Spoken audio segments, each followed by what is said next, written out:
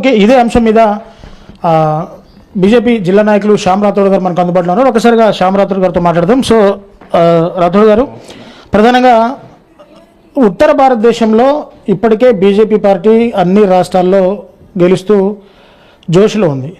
So తెలంగాణలో జరిగిన గత ఎంపీ ఎలక్షన్లలో కూడా దాదాపు 8 సీట్లు బీజేపీ పార్టీ కైవసం చేసుకుంది. దీని ద్వారా మేము దక్షిణ భారతదేశంలో కూడా మేము బాగా వేస్తున్నామని చెప్పే సంకేతాలు కూడా ఇచ్చింది. సో ఈసారి నెక్స్ట్ జరిగే ఎలక్షన్లలో ఇటు తెలంగాణలో ఎన్ని సీట్లు బీజేపీ పార్టీ గెలవబోతుంది, ఎలాంటి పాజిటివ్ వైబ్రేషన్స్ ఉన్నాయి బీజేపీ పార్టీకి? ఈసారి భారతీయ జనతా పార్టీ తెలంగాణలో కూడా చాలా స్పీడ్గా ముందుకు వెళ్తూ ఉంది.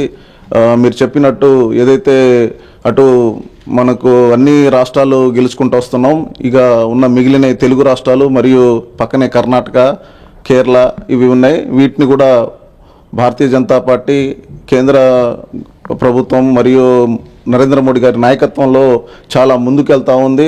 ప్రజల్లో కూడా విశ్వాసం కలిగింది. తెలంగాణలో కూడా ఆల్రెడీ కేసీఆర్ ప్రభుత్వాన్ని చూసినాం. తర్వాత కాంగ్రెస్ ప్రభుత్వం కూడా మాయమాటలు చెప్పి అధికారంలోకి వచ్చిన తర్వాత ప్రజల యొక్క వాళ్ళ మనల్ని కూడా ఇలా వాళ్ళు నమ్ముకున్న నమ్మకాన్ని కూడా ఒమ్ము చేశారు.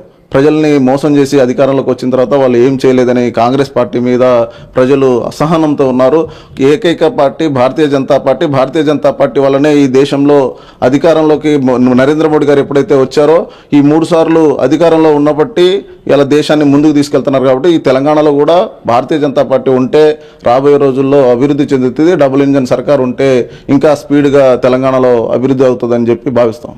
ఉత్తర భారతదేశంలోని తెలంగాణ రాష్ట్రాల్లో కూడా ఈసారి బీజేపీ ఖచ్చితంగా పాగా వేస్తుందని బీజేపీ నాయకులు వెల్లడిస్తున్న పరిస్థితి ఇక్కడ కనపడుతుంది. సో ఇది ఇక్కడ నుంచి తాజా పరిస్థితి. కెమెరా పర్సన్ హరిప్రసాద్తో రిపోర్టర్ దేవేందర్, మెగానెన్ టీవీ, ఖమ్మం నుంచి.